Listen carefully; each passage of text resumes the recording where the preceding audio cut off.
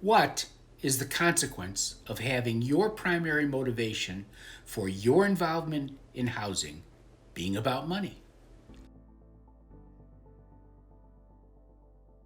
What is the consequence of having your primary motivation for your involvement in housing being about money?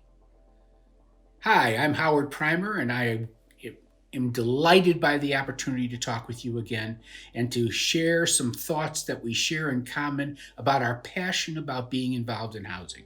So today the question is primary motivation, not secondary or tertiary, primary motivation. And if your primary motivation is about money, then you're not alone. In fact, it is absolutely clear that almost everybody involved in housing of any kind has as a primary motivation money. So there's nothing wrong with it. It is the very nature of the existence of real estate today. And of course, that's got to be part of our motivation. And it's going to be critical to us because we've got to be motivated about money and making money because we are using an enormous amount of capital to do this and to do it right.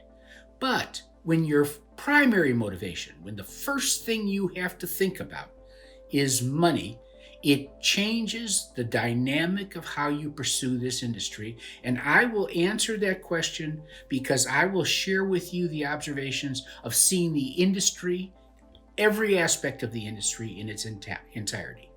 The primary consequence of your primary motivation being about money is that you, and of course I, are extraordinarily concerned about risk and avoiding risk. It is not in our best interest to do things that would jeopardize our housing investments or the investments of third parties or the loans we're receiving from banks or whatever may be the case. There's an enormous amount of capital and an enormous amount of people who are concerned about capital involved in housing. So if risk is the thing we are most concerned about, how does it manifest itself? How does it reveal itself in the way housing is operated? Well, the primary area is we cannot trust anybody else to do a good job. So we do not trust the people that are in our operations and in our employment, that are on the community sites to do the jobs that we need them to do because we've got to control that. And in fact, I will tell you that the primary cause of bureaucracy is a lack of trust in the human being. So first and foremost, we don't trust our employees, so we regulate the dickens out of our employees. We do not permit them to make independent decisions. We do not permit them to ask us to reveal their involvement with the people who are the consumers of housing and allow them to influence that involvement in any meaningful way.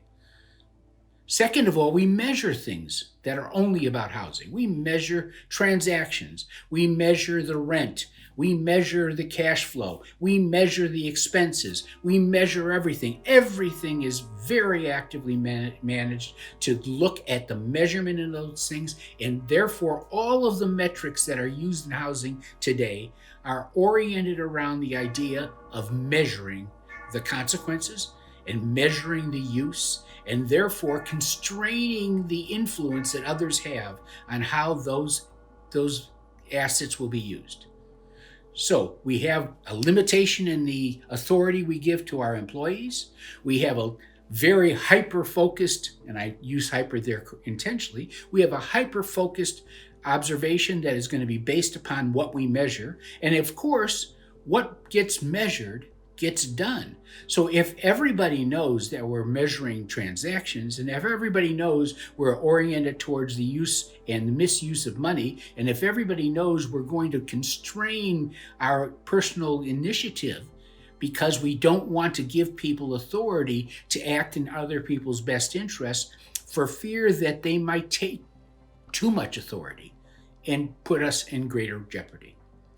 So the number one problem that we have, if it is a problem, that if the primary motivation for our involvement is money, is that we are now constantly constraining everything to make sure that the money part of our involvement is the primary thing we focus on, the primary thing we measure, the primary thing that we take advantage of. I shared with you a couple of days ago when we talked my experience in this apartment.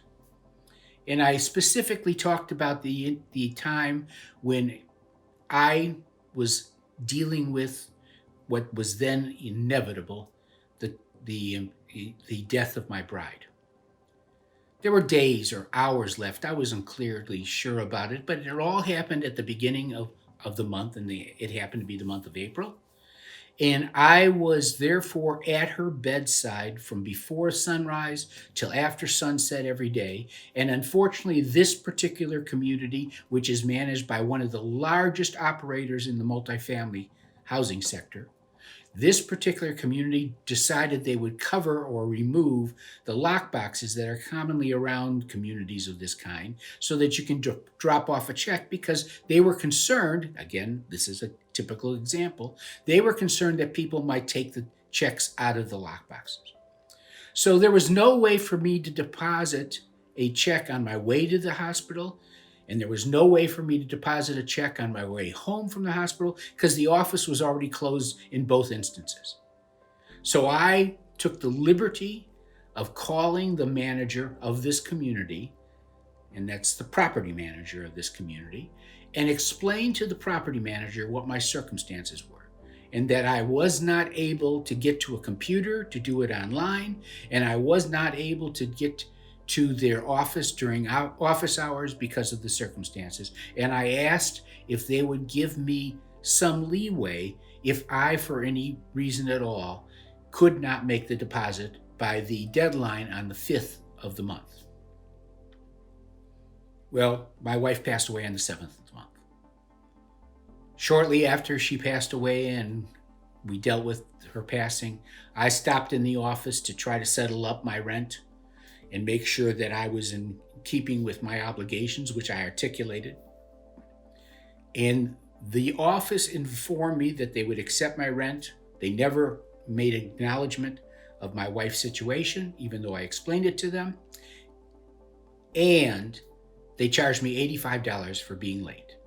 When I explained to them that I went to the trouble of explaining my circumstances and why it would be late, they said they do not have the authority to deviate from their obligations and rules for the waiver of that $85 charge. I'd never been late before.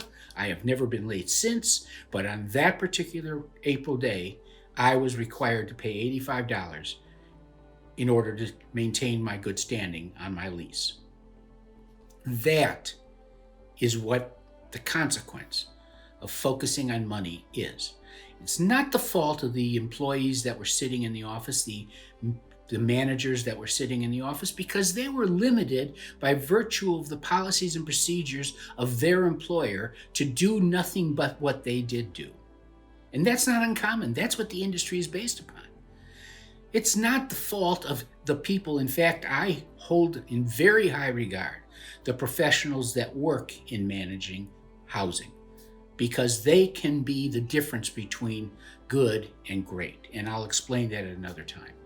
The reality here is when money is at the primary focus and the thing you measure is transactions, and whether it's four walls and a ceiling and floor, and whether there's an occupant in the four walls and ceiling and floor, my satisfaction as a consumer of the four walls, the ceiling and the floor didn't matter. What mattered was that I paid for the benefit of the four walls, the ceiling, and the floor. What was on their records that they had to maintain was that they were collecting all rents on a timely basis. So what is the consequence of having your primary motivation for your involvement in housing be money? It is that you focus on money, not the people who are using the housing, not the people who depend upon the housing. You focus on money. So thank you for being here. We'll carry on this conversation. We'll talk about what the consequence of your focus being on meaning in the next video. But I really want you to enjoy the possibility that we can have a meaningful conversation about making money and meaning, not money or meaning, money and meaning have as much importance, and therefore the consequences being as compelling as we'd like them to be, if not more compelling. So thank you again. Don't hesitate to reach out to me. Give me your feedback. Don't hesitate to reach out to me and set up a coffee so we can talk in person about these things. Don't hesitate to come to my website, come to any of my social media presences, and let me know your thoughts, because I will respond to anything that you send my way, because I look forward to being in relationship with you, because it is my highest priority.